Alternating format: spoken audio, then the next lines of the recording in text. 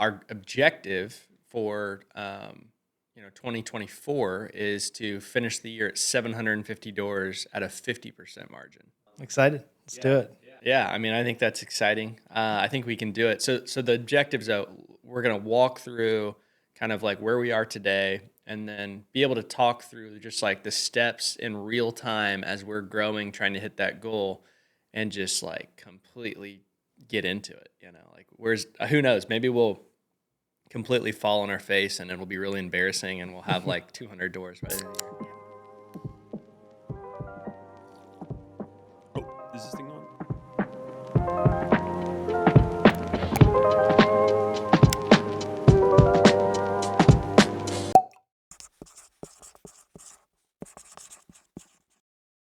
Yeah, we'll just kind of get into it. So let's talk about LIV Indy, where we are today. Yeah, of course. The last year has been an incredible year of growth, right? A lot of challenges, a lot of just doors added and complexities that happen with that. So ended the year 2021 with 203 doors under management. So a lot of systems, a lot of people in the company, a lot of things happening, and word got out. We grew by a lot of referrals and agent leads. So agents in the market, not through our brokerage, and just say, hey, you're a good property management company with integrity. Take care of these clients. And so we added a lot of doors that way, some natural referrals. So today we're at 473. So a lot of growth. So before, because I think like we're at the end of 2023 right now. End of 2022, that was like kind of a pivotal point in the business because, going back a bit, you and I met, you started running the business, all the day-to-day. I was kind of high-level strategy. We're kind of slowly growing, right? We get up over 100. Like anyone that's grown a property management company from nothing knows the grind of that first like 50 to 100 and beyond doors. Oh, yeah. Hitting 100 was incredible. Hitting 50 was probably 10 times more difficult than 50 to 100, I would say. And that the 100 to 200 even was fast. And this last year, looking at 200 to 473, I'm like, whoa. Well, it's like at 100 to 200. So like what I meant by like the shift, like end of 2022, we had like our old original website. We acknowledged, hey, we need to like ramp things up. We need to, start going to NARPM events. We need to, start to be more connected with best practices with software. Like it was less gritty, less just like getting it done, more like how do we scale this thing up? And so it started with a website. We don't have to talk a whole lot about that, but like that was the shift where we're like, all right, let's build a website. Let's level ourselves up. Let's try to generate some leads online. Mm-hmm. And then still let's be gritty because like a lot of our growth was like referrals. Yeah, I think some of that too was growing the team and making sure that we have some people to help do those things because the 50 to 100 was still mostly me and putting a lot of hats on and saying like, I'm going to respond to that tenant maintenance request. It's like, now I don't do that, right? So how do you then take what's in my head, what I've been executing, and then train it to somebody else? We started really focusing on our playbook, our systems, processes. Those things allowed us to add more doors while I'm not doing all the data. Yeah, and I think your level of like quality, like you always talk about, our systems need to be better. We need to be like world-class service. We need to be 100% just the by far best property management company in Indianapolis. Mm-hmm. I've always pushed back a little bit there because I definitely get why that's important, but I've always said, hey, let's just be like really solid, mm-hmm. right? And I think 2023, we were really solid in the areas we needed to be, but it was an emphasis on growth. Like you can't go from 203 doors to what are we at today? Like 470. Like you can't do that without focusing on growth and that being the number one priority. So how do you think we like balance that in 2023? Yeah, there's a lot of growth conversations. I'd have sales calls, onboarding of owners, new properties, and working through those systems and iterating every 50 to 100 doors. It's like, hey, how do we support onboarding a large portfolio? That's a lot of tenants to talk to, a lot of security deposits to collect, a a lot of new maintenance to collect, a lot of current rent roll. All these things come in, and it's either you're onboarding one door or 20 doors, depending on the client, and you have to have the systems in place to be able to support both equally. Yeah, and I think we're talking about adding like 200 plus doors, 250 doors, and your emphasis is on operation. Yeah, absolutely. Most people would just be like, how do you grow? Like, how are you getting that many leads? And we can dive into that and talk about how, I think my goal for this series of LIV Indy conversations is going to be like, let's look under the hood. Let's talk about exactly how we did it. Let's talk about the challenges. Let's talk about the things that we aren't doing well. And the goal there is just like, let's figure this out together and let's see how far we can take it. Mm-hmm. Because the reality for us now, like an example of us looking under the hood today, heavy growth, lots of different like people turnover. Our margins, what is our margin right now? 20%, 22%, something like that. Yeah, we're almost at 20. We're 17 today. 17 today, yeah. Okay, so pretty. I think the average in the industry is like 22%. And so when you add that many doors, there's going to be a lot of money moving around, and that's where we are today. Our objective for 2024 is to finish the year at 750 doors at a 50% margin. All right, so pretty lofty goal. Excited. Let's do it. Yeah, I mean, I think that's exciting. I think we can do it. So the objectives that we're going to walk through kind of like where we are today, and then be able to talk through just like the steps in real time as we're growing, trying to hit that goal, and just like completely get into it.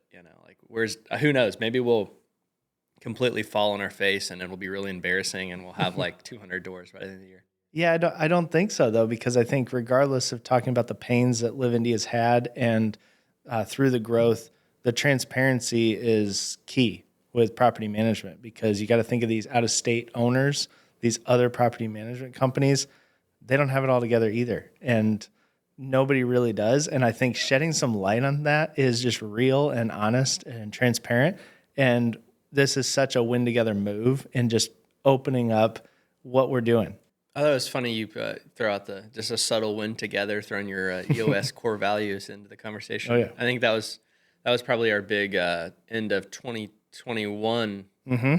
We like read traction, and that's helped us be a little bit more organized. But yeah, do you remember all three of them? Core values? Win together, unleash the hustle, and put me on the spot. The other, I'd come up with it, but I'm blank. It's early in the morning right now. Yeah, so it's more around the integrity side of things. So, never settle, win together. We're gonna have to cut this part out. That's all right. We can keep it. It's win together, unleash the hustle, never settle. Aren't there three? Win together, unleash the hustle. It's not never settle. It's do the hard thing. Do the hard thing. That's way better. I think that was one of the companies in the example had to do the hard thing. And we like that. Yeah, property management sucks. It's hard. It's difficult. Do the hard thing is multiple prongs, though, because it's all about, yes, you gotta show up, you gotta do the hard thing, put in the work, and do it well instead of taking the shortcut, right? But then it's also about integrity. Do the hard thing, because the easier thing might be to have the subtle lie that gets you forward, and it's like, well, no, I haven't actually started that, but I'll just say I did and get it done tomorrow. It's like, no. That doesn't get you anywhere. That doesn't scale. And like, there's a lot of property managers that are cutting corners for sure. Yep. Well, I want to talk about, so like, how are we generally going to get there? And I think it's an emphasis on software, automation, virtual team members, right? If you want a 50% margin, you have to have a team structure that, the labor cost scales and also is a relatively affordable. And so I think that's a big piece. And, I think in the industry right now, there's a couple things happening. There's a big roll up, a big consolidation that's happening. All the, big, huge companies and, the Wall Street backed companies are coming in, buying all the mom and pop property managers. And that's happening like a big wave, and it's, seems to be getting bigger. All the single family homes too. Yeah. I mean, it's just like they're gobbling everything up. So I think it's going to become, in the general market view, it's like, it's going to be more and more difficult to compete. And when you think about what we're trying to do, I actually think what we're doing, emphasizing technology and like really getting into the trenches of like how this needs to be done. Like I look at like a company like Pure Property Management. Pure's $50 million in backing, and they're coming in and buying all these property management companies, talking about how they have like better tech and better systems. But the reality is they're just using a hodgepodge of different technologies, right? Like I think we can kind of come into this and really operate with a similar model that they have, because I think their objective is similar, profit margin, and the whole thing is the same. But I feel like we're the small dog trying to operate in the same way, which is kind of fun. Yeah, it's fun to be where we're at because we're at that size where it's I would say respectable, right? Is the word that comes to mind because we're big enough to have figured out enough to keep it going, keep the train on the tracks, know what we're doing, reputable, people know the name, but still small enough. We got a long way to go in terms of the big players, and there's a lot to learn from them, and then there's a lot to kind of force into the industry and say this is how we should do it. You and I have got some awesome tech experience in our history, and so leveraging that with the systems, with the operations, with the tech is going to allow that hockey stick growth in terms of margin and doors and keeping it really quality still moving forward. Yeah, and I think we know what we're trying to do, right? We're not trying to compete with like an Evernest or a Pure. Like we're not trying to have 100,000 doors or whatever lofty, crazy goal that they have. And that's not in a negative way. That's awesome that they're doing that. But we're just trying to build a good, solid property management company in Indianapolis that is operating so well that we don't have to eventually sell with this big roll up that's happening. Sure. So team structure wise, let's talk about where we were last year. What was the mix between like local U.S. based team members and VAs? Like what'd that look like? Yeah, so we had 8 boots on the ground end of last year. It's a mix of account manager model, so agents that are representing investors, excuse me, transactions that they want to buy or sell, and then as they sell them, drop them in the top of the funnel and then become management properties. So we had a few of those, and then we had operations and just doing the day-to-day phone calls, the lease signing, the onboarding to our property management software. It's admin role. Then we had leasing, show up to the door, answer the door as the tenant walks in, greet them with a smile, make sure the lights are on, all good things, right? And then we had maintenance. So someone that can run out and do a lock change, put a lockbox on a door, but then also respond to the request of the main drains backing up in the basement and got to get the plumber out there and monitor that, go take photos, upload it to the portal, make sure the owner's involved and approved, all the nitty gritty of all those different roles, boots on the ground. And then we had kind of think of all those roles and then an extension of them as kind of an assistant type role with our virtual assistants. Right. So you might have somebody within maintenance that's virtual assistant that's just doing the follow-up on the communication, just making sure it's pushing it forward, almost micromanaging the manager to make sure that the small bows on everything get tied up. Yeah, so that cost, like if we kind of just like added up chicken scratch kind of math, I mean, you had a maintenance manager making $7,000 a month. I do everything monthly. That's like property management. Yeah, about $7,000. So then you had leasing manager. Yep. They were doing the showings. It was very commission based, but there was a base too. What was the base? Base was 24,000. So 2,000 a month. So we're at 9,000, and then they were probably on the leasing side growing that fast. They were probably making 7, 8, 9,000. Yeah, average 7, probably around 80. So let's call that between leasing and maintenance, the two, the big ones, $14,000, and then we had your like basically CEO, like market manager, CEO comp as well. That was ballpark. For me, because we had a market manager as well in place. So Oh yeah, right. We had myself and we've got another operations admin, basically, but elevated to be a market manager type role that we worked in tandem. What was the combined between the two of you? So you and the market manager? 9,000. Yeah, so you're taking like your classic like founder level, taking a little haircut so you can get the equity, grow the business. Yeah, that's sacrifice. Yeah. So 9,000, 14, 23,000. It's early in the morning. My math's okay. Yep, you got it. I'm picking up some steam here. All right, so 23,000. I jinxed myself there about rounded it up. So 23, then the VAs, right? Then we had VAs, and that was total in about 6,000 across the 4 of them. So 29,000. Okay. And then we had tech costs. Like we had, right? We just signed up with, my company was starting and we like just signed up for that. You got Buildium. At the time we had Lead Simple. Right. What other softwares did we have back then? Not as much, but like we still had software. Today we're using Property Meld. That wasn't there.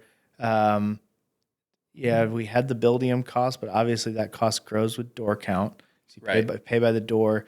The other ones we were using some CRM and project management type softwares like Monday.com and ClickUp. We're kind of using the combination of both of them for different skill sets. We had like MyBor fees, which is like Metropolitan Indianapolis Realtor. It was just like our local fees, legal. Calendly link. Yeah. So let's round up. Like, let's say we were at, what would you say? 40,000 a month was probably like from 29 at the labor cost, round up with tech costs overhead. We were probably 40,000 a month, right? It's close. Probably just shy of 40. Cause I was thinking we were probably around 7K for tech and subscriptions. Yeah. So we're 40,000 ballpark a month. That's 480,000 expenses. At the time we had, because we really geared up to that early. Yeah, we did. Proactively spending. If you build it, they will come. We were like, this is what we're trying to do. Let's do it. Like we had enough budget to actually be able to go chase that down. So at the time we had, let's say 205 doors at, what's our average rent at the time? Probably 1,300. It was 1,250. 1,250. So 256, 250 times average management fee was probably 9%. Yeah. Plus leasing fee, plus, et cetera. We were probably averaging 15% of that on a whole. So, 38,437. Yep. Right. So at the time we're fucking break even. We're just like, but that's how much we believed in what we were trying to do. We're break even, knowing that team could scale. Like at the time, that was our mindset, right? We're like, this team's the foundation of LIV Indy. This is where we're going. This is going to scale. It very much real time on the tax return from last year was a loss, and so loss of minimal, right? I think it was like 10K across the owners. So not much, right? But break even. Yeah, but it's like funny because we're going to talk about what happened. Like we'll keep it pretty high level, but we're going to talk about what happened in 2023. Like we start at a break even kind of a model, knowing that the margin would go up. Yep. And it did, and it worked. But like looking back on it, it's like funny, you don't know what you don't know. Like we would have built it in a way that we're going to do in 2024, which I'm excited to dig into because it's like such a better model. Yep. Because you can have both. You can have the rapid growth and you can have the profit. Right. Right. Like that's possible. To go back 2 years ago and know now. Yeah, I feel really like enlightened now. You don't know what you don't know until you're doing it. And that's part of the, whiteboarding you and I always love. You go back to your, small room at your Capitol house and just whiteboarding, brainstorming different things. And it's like, whoa, that aha moment. And then you just go and execute it. That's part of small business, right? Is you come up with an idea one day, executing it the next day, you have time to iterate the next week because you're already seeing how it's operating. And the reality is too, like, even if, like, I'm going to talk a lot about how, hey, we don't want to sell to the big dogs. Like it's just my personality. And I think I believe what we're trying to do is like, we're trying to build something that can last, that can be ours, that we don't have to ever do that. And our like business model and the way we operate will be so solid that it won't be like, oh, we're just like being stubborn and the other companies, running with those like new tech models and efficiency and all that, like they're better and like somehow we're staying alive. Like, no, I want to be there and also be better. Yep. And I think that's really going to be the case. But at the same time, like you can run at a break even and fire door count up and sell those contracts. You can sell your company. Like if you're breaking even adding these contracts and 3, 4, 500 doors, and you're just breaking even, when you sell, like they're gonna buy based on your revenue. Right. They're not likely not gonna be buying based on like EBITDA. So Right. anybody that's like listening to this, it's like, thinking about it in that way, that's okay too, right? Like it doesn't have to be perfect. But okay, so we're break even, we start to grow. What's shifted now? So like we'll talk a little bit about what's our team structure going to be like in 2024. 2024 is very minimal boots on the ground, 1, maybe 2, and then heavily invested in the virtual assistant model. And I think that the key with that structure is how they're managed and how they're trained. So building consistent training and consistent check-ins, and then having management accountability to those KPIs and how they're trained to move forward and escalate things. Talk to me about the management accountability. Like with VAs, I think people struggle with that. So how do you think through that accountability KPI side of things? Consistent conversations, right? And they need to feel as if they're a part of a day-to-day team, right? You can't just expect that this person's going to take your task and run with it and build a strategy. That's not the strength. The strength is do this specific task as it's taught very well, repeatable, consistent. And the things that are a challenge within property management is no two problems are done the exact same way. So then how do you train if then type situations? And those are through conversations and enabling tech approach and being available as a manager is key. So we use GChat all the time. It's always going off. There's Google always Chat. Yeah. And those are just opportunities for the virtual assistants to fire off questions. Hey, this scenario, typically I'd do it this way. How do you want me to address it? Yeah, and I think it's a combination. So like when I think about the model, it's remote team members, VAs, plus technology like AI, especially, right? Because that's where a lot of the automation efficiency can come from. So taking VAs plus AI, and we can show like specific example with like Carlos, our maintenance VA. Like that is a perfect example. Taking those two pieces, I really think are the combination that makes it all work because those two things scale, right? Like because of the cost of the VAs, like if you need to add another maintenance coordinator because you have another 200-300 doors, you can do that, and it's the model. Like you make more profit as you grow in that way. So cost wise, where are we at? Like we're context 2.5 times bigger.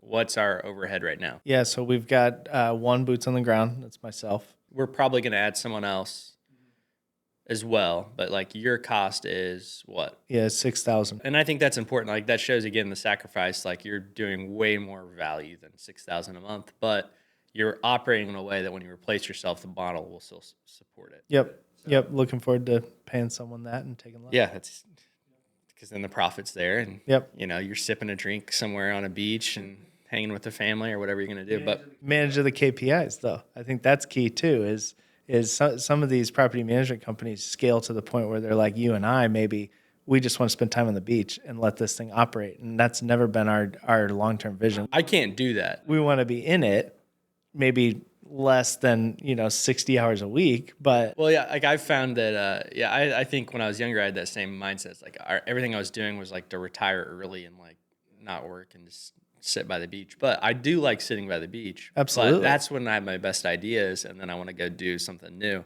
Yeah. More value add, that kind of stuff. But kind of getting back into the cost. So you're 6,000. Then you have, let's say, like, what will we be? Because we're about to make a hire. Yep. In Q1. Yep. That's going to be like an operations manager, market manager, right? Whatever the title is. We'll update everybody on what that'll be, but it'll likely be a $60,000 job, maybe some bonuses in there. Yep. You'll elevate to the leadership team. You may have like a part-time kind of like base comp. Let's throw that piece out because that's a little like hard to think through. Sure. So you elevate to leadership team, more strategy, passive. You'll still be active, but you could be passive. 6,000 on the operations market manager. VAs, what will, like, right now we have what, like 6, 7, 8 VAs? We have 7 VAs right now, and total cost is $7,500 a month. Crazy. Okay, so 7,500 plus 6, 13,500. So we're running 450. What are we at for? 473. 473. So 473 doors, and it's 13,500 to, like, we're operating the business with that labor cost. That's right. That's awesome. Yeah, we're growing into we have day-to-day struggles, right? And those are things that we're working through as we iterate the new team structure. It's a lot of hiring, and it's a lot of redefining the roles and responsibilities. Conversations we've been having right now, and I think that's the piece is like, hey, we've had quite a bit of turnover in the last 6 months. As those roles have gone away, yes, we have rehired, but we've gone the approach of this new virtual assistant model, and some of those need some iterating in the training. Well, and we also didn't, from my memory, like, we didn't pull the Band-Aid off. It wasn't like one day we got out of a leadership meeting and we were like, fire everybody, hire VAs. No. It was more of this natural progression to where we had one example I can think of is we had a maintenance manager that wasn't performing super well. We were using Property Meld, which was great. Like, I really like Property Meld, and it had the tenant satisfaction score. That's going down. Time to completion's taking longer. Yep. And we're like, holy shit, we're paying this guy like $7,000. And then we dig into it and we're like, his incentives weren't aligned with ours, and we had to replace that. So we hired a guy, what was that process? We hired Carlos, but talk me through that. Did we use a company to find him, or? We did. We used Anaquim. Highly recommend. Gave us an awesome connection with this virtual assistant. Had a few interviews and selected him based on high customer service attitude and process and system driven. And that's exactly what he is, right? He's very, very approachable on the phone. Very, very good at de-escalating conversations, which is perfect for that role, because you imagine as you're answering tenant phone calls and questions, everyone's frustrated. I think a really good maintenance coordinator could, in another life, be like a hostage negotiator. Yeah. If they're really good at it, they're like able to calm the tenants down. Yeah. Take some breaths. You're like sending someone out to the house to go in. It's like, it's very similar, but quick plug on Never Split the Difference. Exactly. Yeah. There you go. Great book, by the way. If you haven't read Never Split the Difference, I think any property management company owner or leader should read Never Split the Difference. Fun read too. I think it's like Chris Voss. Yep. He was like a hostage negotiator. He trained like the CIA, and then he went to like Harvard and he translated it to basically hostage negotiation to negotiation in business and like the parallels. Pretty cool. But I need to reread that now, actually, that you're saying that. Once a year. Once a year. It is a once a year kind of book. You've got to practice it, like some of the strategies. But kind of going back to what we were saying. So Carlos, he costs like what, $2,000 a month? $2,000 a month. Yep.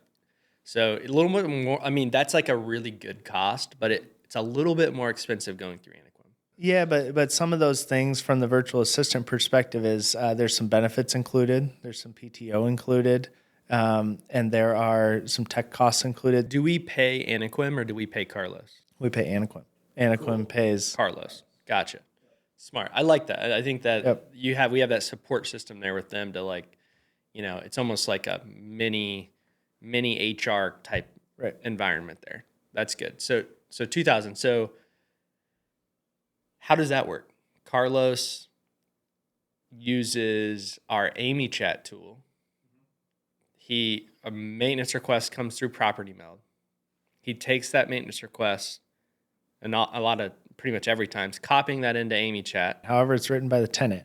He copies it verbatim, puts it into property management's Amy chat, and it gives a recommendation on troubleshooting steps, which is key, because I think a lot of property managers will just assign it to the handyman, assign it to the vendor that is their go-to person, and then that's the owner's spend for something that could have been troubleshooted on the front end. And so what Carlos is doing is successfully closing 8% of our work orders by just troubleshooting. What about the property managers that are like, well, no, wait a second. I want the maintenance request to happen because I want to make money on it. Sure. It is a profit stream. Yeah. But why would you so if that's the reality with a lot of people, why would we want to de-escalate those issues and troubleshoot them? Yeah, for us, it's the long term. It's always a long term, and that's how property managers should think. Is that the long term gain of property management is growing together, right? It's a win together mentality. So it's just Like with the clients, you mean, in a lot of ways. yeah. This just goes back. It's like, hey, client, yeah, you had a no heat call. That sounds expensive, right? Well, no, because we troubleshooted it and the batteries on the thermostat needed changed, and we walked through the tenant how to swap them out. When in a lot of like in probably 99% of cases, it would have been an HVAC company doing a minimum show up fee. They probably would have bullshitted around, and maybe 20% of them would have actually just made something up, and then it would have been a $500-$600 cost. Yeah, well, or minimum 180, and they clean the flame sensor because it could always be cleaned. It's like it's smoother, it's more predictable, it's less conversations with owners where we have to explain what happened, we have to justify the costs, we have to talk about why their maintenance was so high this year. Like when you eliminate those like effects of the cause of operating that way, it adds up, and I think it puts a lot of burden on most property management companies. And it's just like we're getting in the weeds there, but like that's how important I think, the core business of a property manager for the most part is maintenance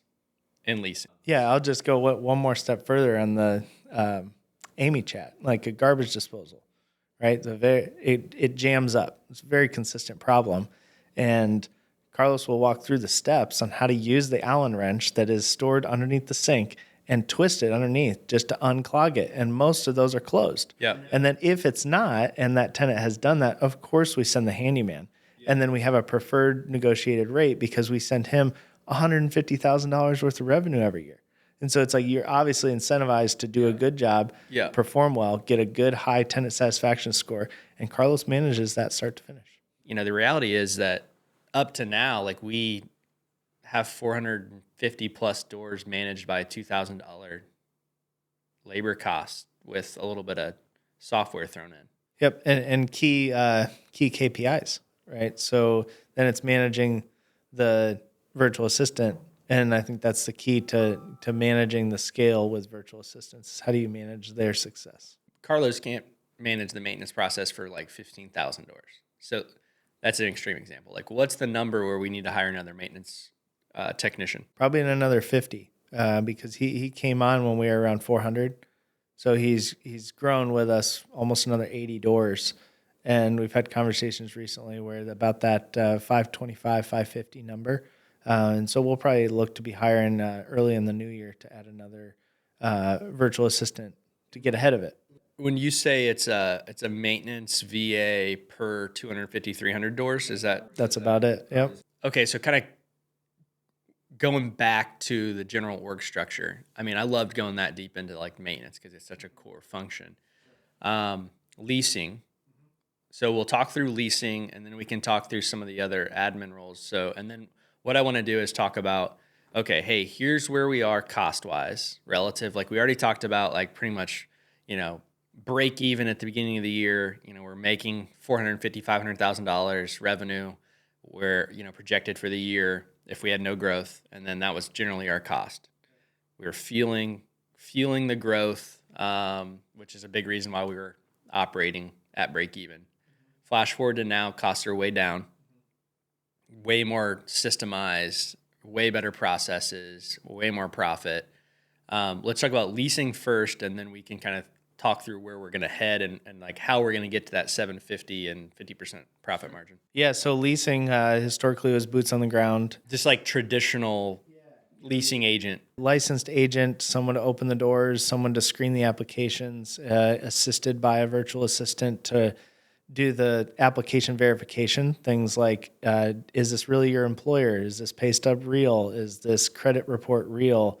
Personal references, phone calls, and gather all that data, present it to this leasing agent, and they review it and make the final review. And very successful, to be honest. It was great. It doesn't scale in the model because it's expensive. And really it becomes a bandwidth issue, especially in the spring and summer months where it's heavy leasing time, because you in the Midwest, you want to be a summer to summer leasing cycle because that's when everybody moves. No one moves in the dead of winter. Right. So you want the demand to be high, you want your rents to be high. So you line up your leases to end around that time frame. So made the move to switch to Sunroom Rentals, and Sunroom Rentals out of Austin. We're the first platform here in Indianapolis. So they're in 15 other cities, and we're the 16th. We put some pressure on them. Yeah, and they've been fantastic. Their team is very responsive, and so what they've allowed us to do is scale with leasing while adding the team for a flat cost. And they're really rethinking how leasing should be done, residential property management. Yep. And they also work with like institutional type operations as well, like big, large REITs, like, so small or large, they can make it happen. But I think that's where the industry's heading. Like you'd mentioned I think you said it just doesn't scale. Right. Like there's a lot of people that like operate with this traditional leasing model. COVID really like pushed that forward, where it forced people's hand to do the whole self-showing, tenant turner, show mojo, like all that. Yep. And people were like, oh shit, there's like a lot of margin here. Right. And wow, like people actually lease these properties. And then the aha goes off. But even those companies operating in that way still have labor cost of like people that are overseeing that process and facilitating it, right? I'll add a lack of actionable data, which is what Sunroom provides. Yeah, Sunroom is like, the analogy I would use is most leasing processes, even if they're doing the self-showing model, like let's say that's the scenario, it's like self-showing model, they've got all that set up, but they've got a little bit of like human labor behind that, kind of like orchestrating it. If, that's like a Mazda Miata, it's nice, it's Sure. a quick little car, like, it works, gets the job done. But I think like Sunroom and the data and the pure SaaS and the millions of investment they put into their tech, it's like a, supercar. It's like a Ferrari, whatever. I don't even know cars very well. You actually know cars better than me, but like, that's to me the difference. It is. And it, to the point earlier, it scales really well, because what traditionally we had two people focused on growing our leasing. Now we have different departments across Sunroom. And I know that multiple people on their team are looking at our applications, regardless of the amount of volume that comes through. Like we haven't been with them that long. It's been 4 or 5 months and total. And we've in the last 3 months, we've signed 12 leases in the dead season. I think that's great. How many do you think we would have signed with our old process? Just like raw reaction. Like, probably about 80% of that. So you think we'd sign more with their system? Yeah, because we've solved the bandwidth problem with Sunroom at a scale and the volume that we have. Bandwidth problem. Talk about that. What do you mean by that? There's just not enough time in the day to follow up with the amount of leads that were coming through. And so you're an owner and you're like, why has my property been on the market for more than 30 days? I imagine it to be this like stop-start, kind of like one day you're responding to everyone and you're like going out and, oh shit, let me go like walk that property and just double check. Like you're going out and just like hustling, getting the job done. And then, another day you are bogged down with some other issue. Yep. Pipes froze over at, 1, 2, 3, 4 Main Street, and you got to go figure that out. Like, yeah, but specifically on leasing, right? That's maintenance problem, right? And it sucks you over there, right? It does, because you showed up at the vacant property and you're like, oh, there's now this problem. Submit it to maintenance. Take that one off market. But with Sunroom's model, there are still self-showings happening, but the time that a self-showing happens, right? And we'll get feedback every single time from these prospective tenants. And they'll tell us either price too high, dirty, whatever it is. So we have actionable insights to push this forward. But then if, let's say, it goes 7 days with no showings, Sunroom has boots on the ground that are walking these properties proactively to make sure that, well, is this still showing well? Is the property in good condition? Has there, Indianapolis has had break-ins. Is there any break-in that's happened? Like, what do we need to do to push this thing forward? So we've got the boots on the ground support through a third-party vendor as Sunrun. You effectively, I mean, I hate the word outsourced, but Yeah. I mean, we've outsourced it. I think when people think outsourcing, they think lack of quality, you're giving up something. But with software, like when you outsource your maintenance coordination to Property Meld, you're not like that's software. You're not outsourcing it. You're supplementing it, right? The key with Sunroom is, yes, outsourced is a technically correct term. However, I think of them as an extension to our team because I know the people there very well now. We work on a weekly call, going through the data, going through the observations. The boots on the ground know who I am, call me about things.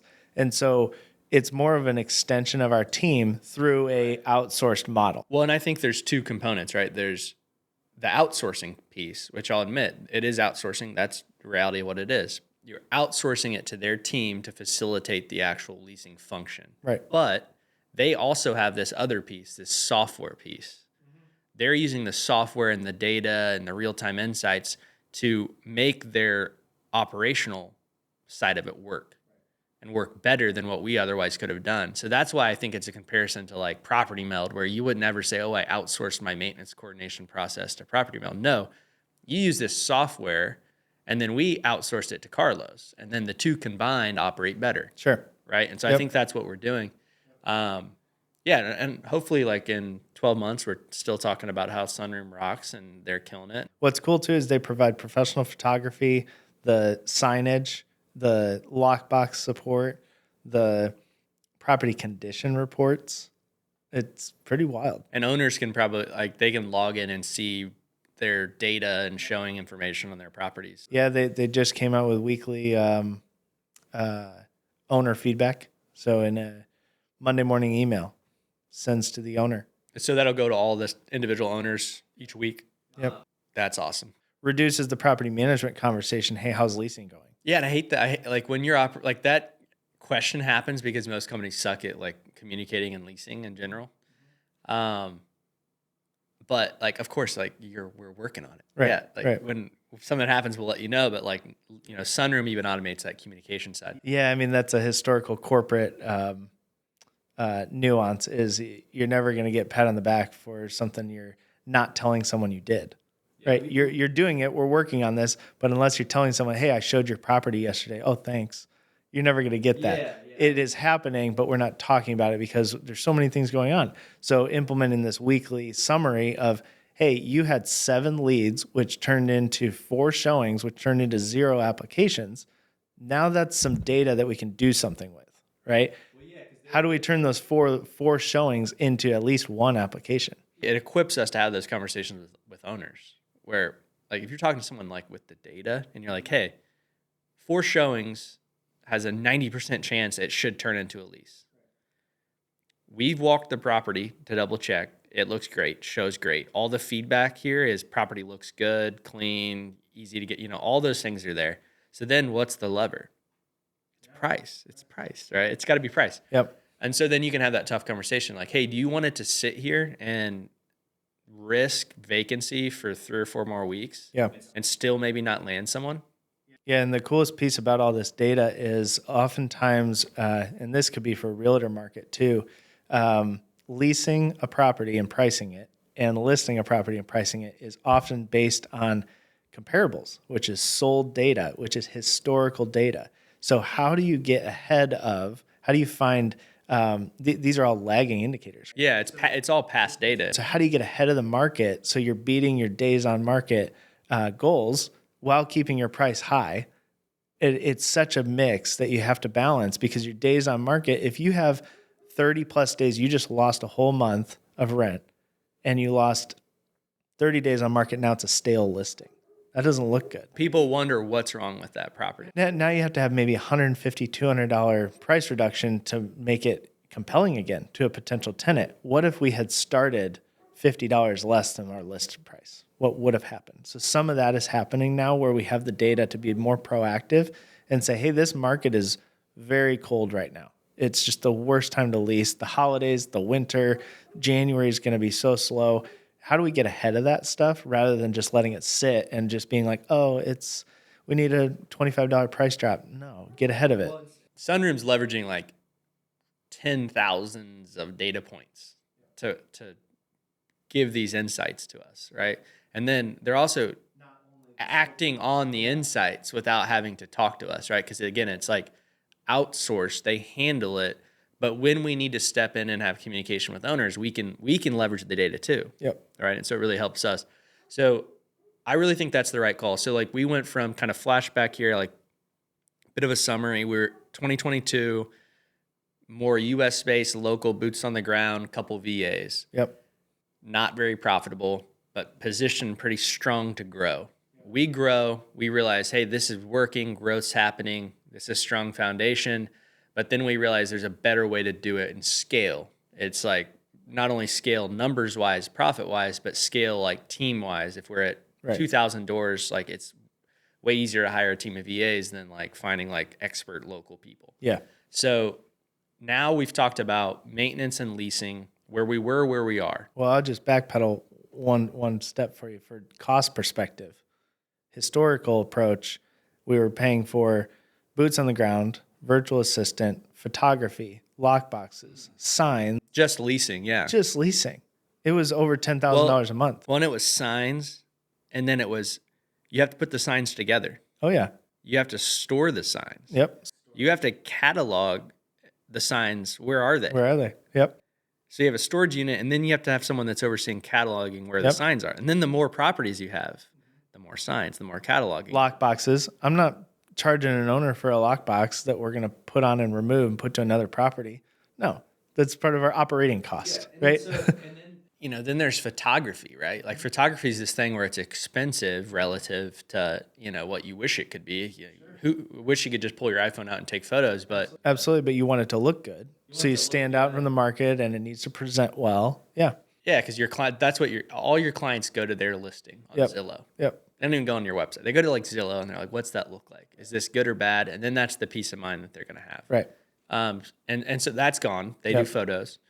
But really what it comes down to is I think the opportunity cost now, right? So you're not, and I'm going to tie this to maintenance too. Now, and correct me if I'm wrong, like if I'm like overrepresenting this, just tell me. Yeah. I get like a little higher level and get pumped up about it. But what I'm seeing is like, you now have all this time back with managing the maintenance process and the leasing process because Carlos is equipped with the technology and the tools he needs to do his job. There's still some like management there and we can still improve that. And we're going to talk a lot about that this year, but he can get the job done. There's no hand holding. You were probably meeting more and managing more with the $7,000 local employee, right? And then on the leasing side, same thing. Right. It's you have all that time back. The reality is you were doing a lot of that, like the signs and the cataloging, the storage unit, and coordinating photography. Like you were doing a lot of that. Now you have that time back. That time's really valuable too. Yeah, absolutely. It's a time value add and then cost value add, which allows us opportunity to invest more into future team growth through virtual assistants, better technology, and more marketing. Yeah, so let's do the equation. So at the beginning we said, where we are today, because our P&L is kind of lagging with some of these updates because some of these updates are pretty recent. So we kind of know it's going to spike up, which is going to be cool as we continue to have these conversations. So let's look at just high level ballpark numbers. And I'll also say like future episodes, we will pull up our P&L. And we're going to like under the hood, we're going to look at all, like we're going to follow along this whole journey. So labor costs was 16 or 13.5 with the VAs plus previous. No, the current. Yeah. So 13.5. And then there's going to be some tech overhead. Let's say tech costs are, we cut out Lead Simple. That saves some money. Right. We're really using it. Buildium, Property Meld, and we cut out Calendly, moved to cal.com. Yeah. Calendly's got all the marketing, but cal.com is like, Quick plug. yeah, easy. Great. Yeah, no, great. Definitely. Our monthly cost right now is around $4,000 for tech. Tech. Okay. So 4,000. So that puts us at 17.5. And then you want to bake in sunroom cost? Yeah, sunroom's definitely it's obviously variable, but and just for everybody listening, it's like you pay them per lease they complete, Yep. right? And so it's not like it's like paying a agent similar pricing. Like you're gonna go, it's more, it's a little bit more like per lease, but there's no fixed cost. It's just like pay if they perform. Yep. So based on a lease being filled, we're anywhere between $4,000 and $5,000 a month right now. Yeah, we'll say 5,000 just to be conservative. So 22.5. So let's throw in legal, admin, other Accounting. We won't also on the other side, we won't throw in the like ancillary income that we're getting from some other things that'll be more conservative. Like we make some money on brokerage, but we really don't like to think about it like that. That's 22.5 in expenses. So today, how many occupied doors do we have? 400. So let's say it's exactly 400 at what average rent? Ballpark? 1,100. 1,100.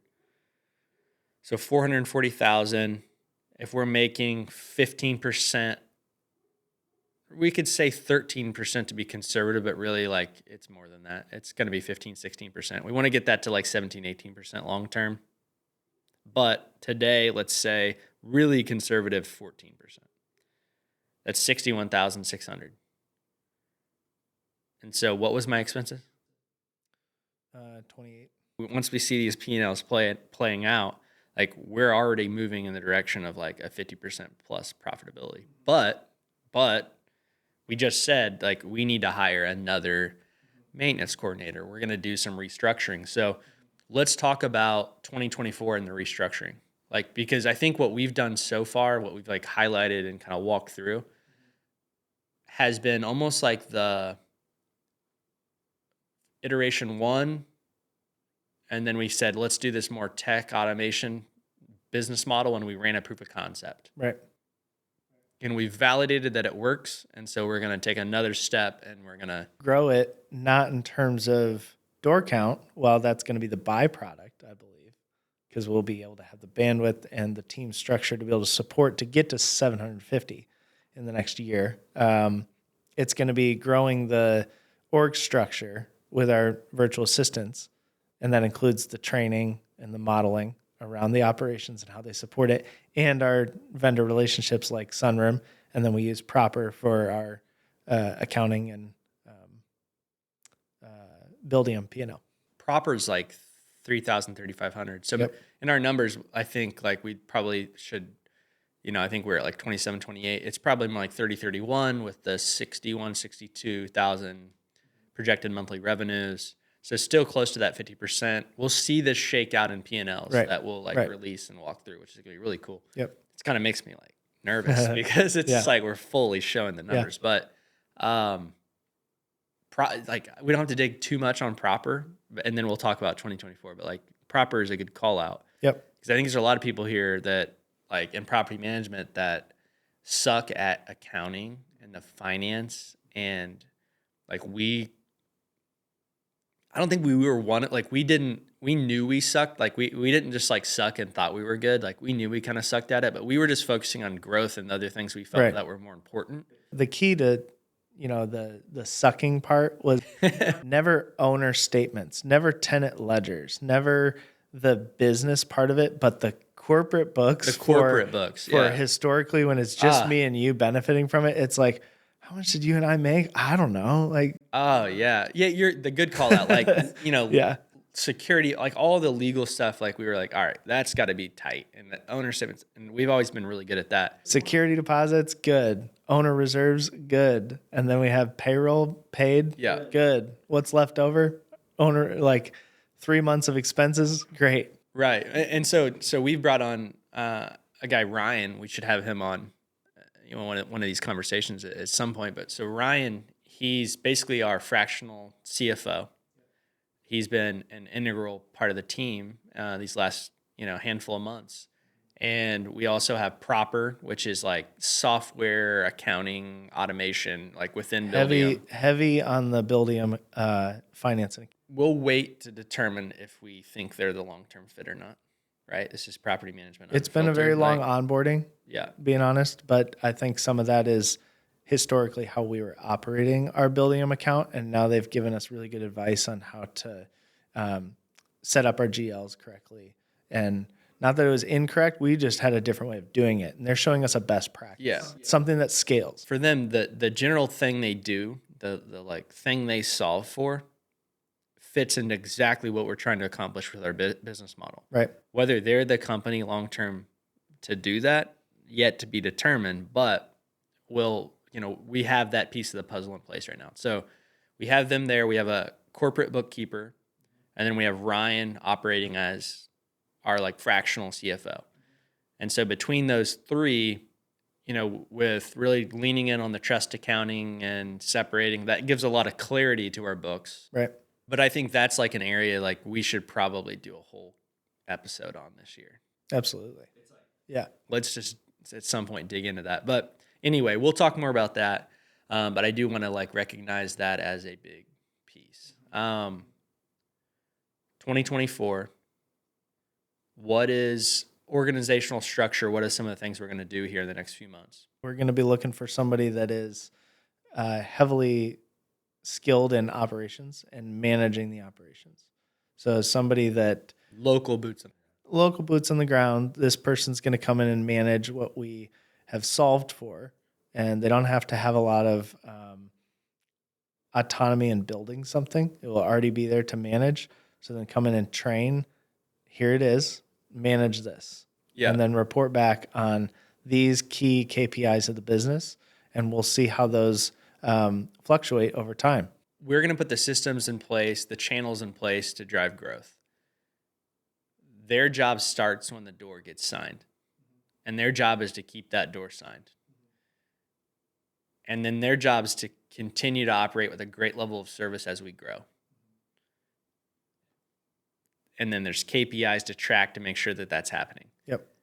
Sounds simple, but really, in a perfect world, it is simple if, like what you said, you hand off systems that we're not saying, hey, be creative, come up with your own. No, it's like, here's the systems, follow them. Yep. Communicate up to the leadership team with the KPIs results, have conversations to iterate and improve, update those KPIs, change the targets, like make big moves that need to be made and be proactive. And as long as that communication leadership cadence is there, I think that model will work well. Yeah, I think that's key. What else org structure wise? A few more virtual assistants within those different departments. So we've kind of segmented into growth, and then your operations, and then your admin. Admin finance, I'd say. Admin finance, and that's you get your vendors in there like proper, and same with operations like Sunroom's layered in.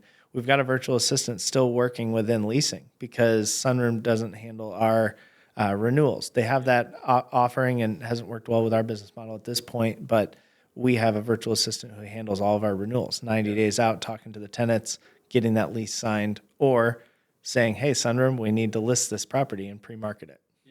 And maybe we can automate the renewals at some point. That's where we can say, hey, $1,200, $1,500 a month to a VA to run renewals, or what system can we set up for a couple $1,000 upfront investment, and then it just runs perfectly for no dollars, right? Yeah, I would say our biggest area of need for improvement is that operations admin bucket, because there's a couple different people that are doing like tenant onboarding.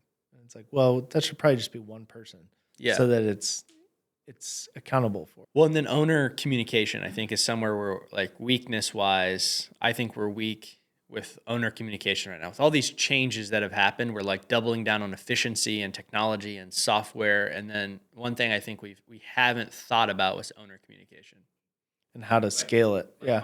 Our owners should know, like, if you ask one of our clients, tell me about LIV Indy, like, they should be saying, oh, LIV Indy is a tech first, automation focused, like, property management company. Like, they're almost a tech, like they should feel like all of that as a client, but still have that personal relationship piece that's important, like that peace of mind.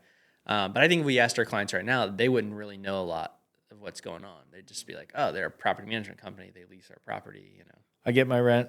get my rent, whatever. Yeah. Because I think that's a big differentiator that we have. So, yeah, I'm excited. I think, 2024 growth wise, maybe we can finish up talking about growth, because that'll be a big part of the conversation this year, right? We're going from roughly 500 doors to 750. We're going to add 250 doors, maybe more. I love that area of the business. I do too. I think we could add even more than that. Like, I know exactly how to do it. Right. It's just like, can we support it? And so lay the foundation for growth. Right. Grow. Yeah, Q1 is going to be a lot of focus on that restructure that you were talking about, making sure those operations are set in place and some iteration along the way to make sure what we're putting in place in January is still working really well February, March as we're practicing it. And then it's bringing in that operations person, the boots on the ground to run these things. Training, that's a 90-day onboarding, making sure that the handoff is excellent, and then sustain the growth. And then it's like, hey, let's go have some conversations with some potential owners. Yeah, and I mean, growth wise, just to like talk a little bit about that. Like, so to me, growth foundationally, you need to have a good website. You need to rank organically on Google. You should be getting leads online from your website. Right now, we're doing that pretty well. We could do better. We're probably, what are we getting leads a month right now on our website? Per week, we're averaging around 5 leads. 20 leads a month, probably average of what, like a door and a half, 2 doors a lead. Yeah, there's your occasional whale that's like 15 plus.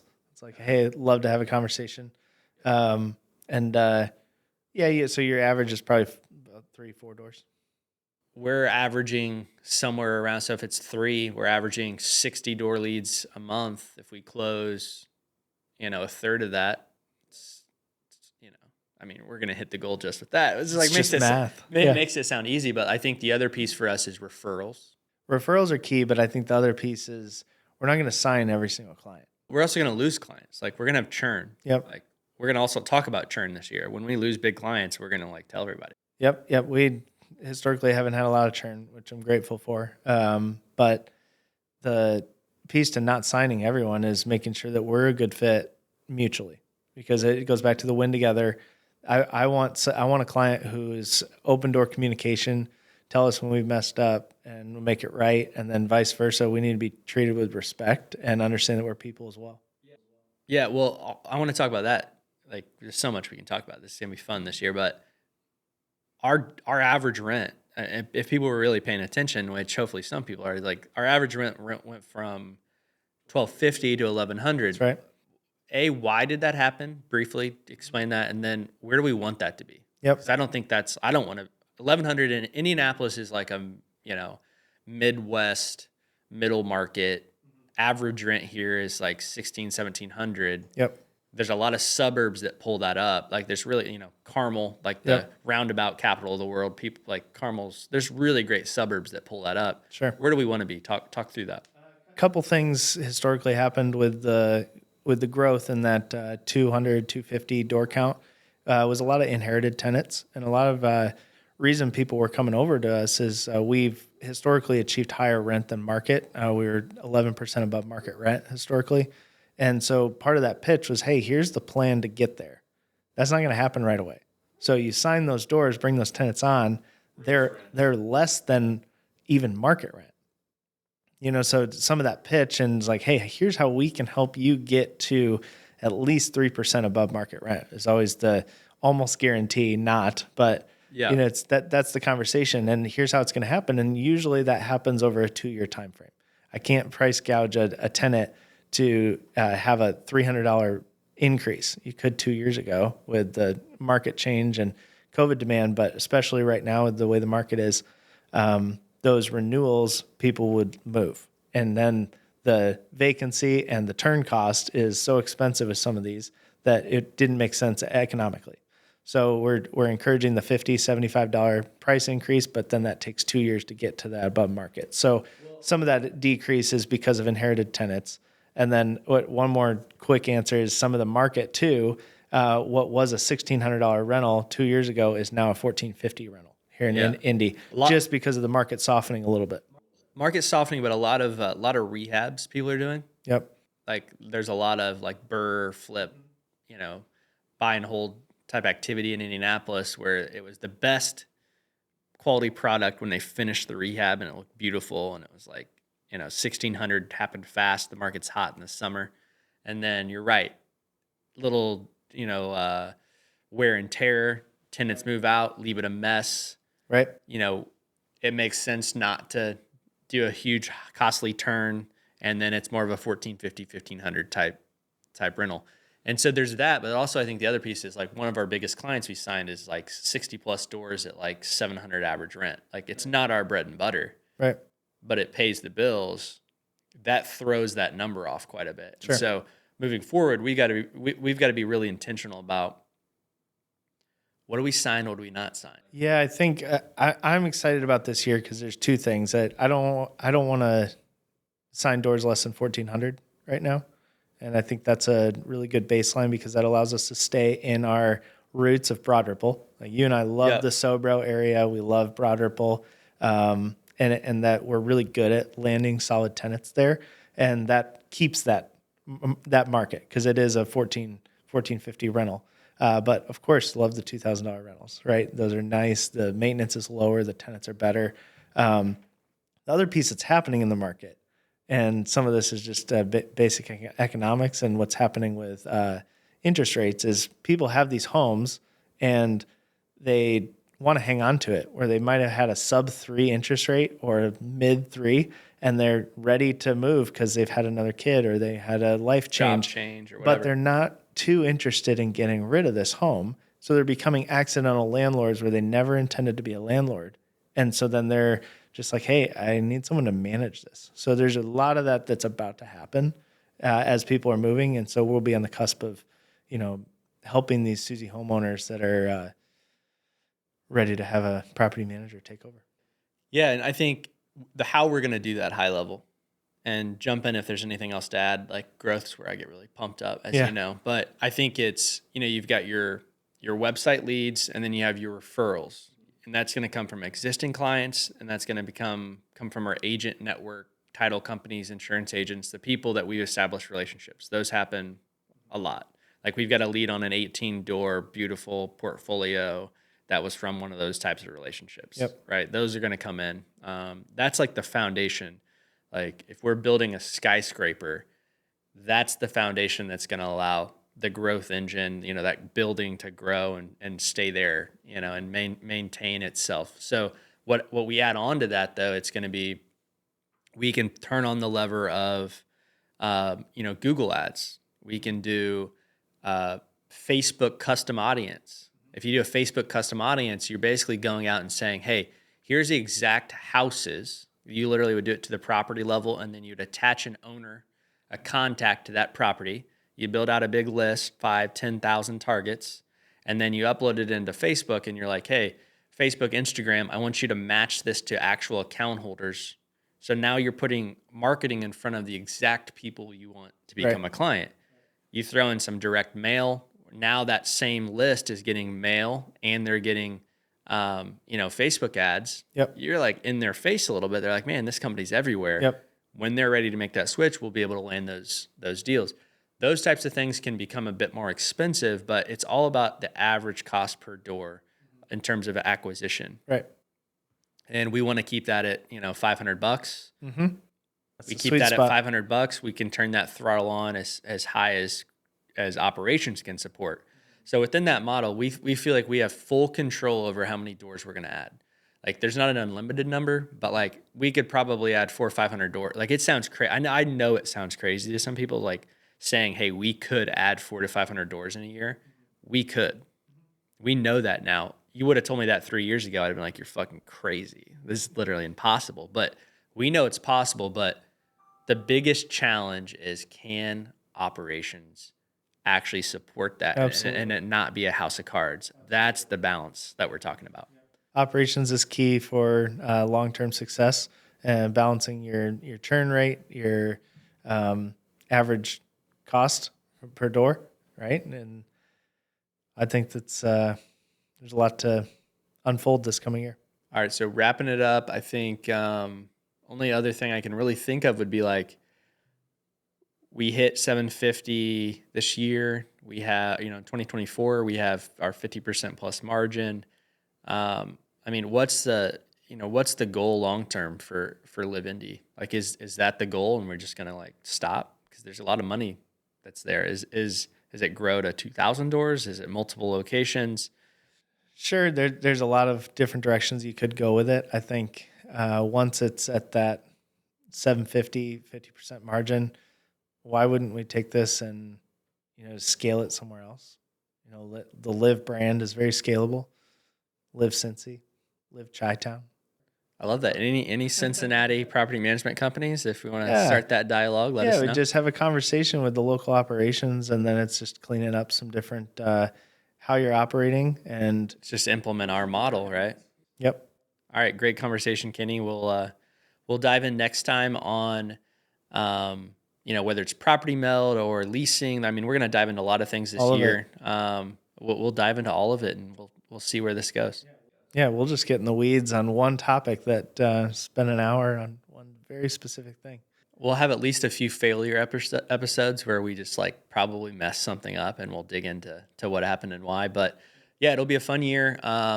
Hopefully, this is valuable information, and I'm excited to continue to dig in. Yep. Thanks for doing this, Kenny. Thanks, Matt.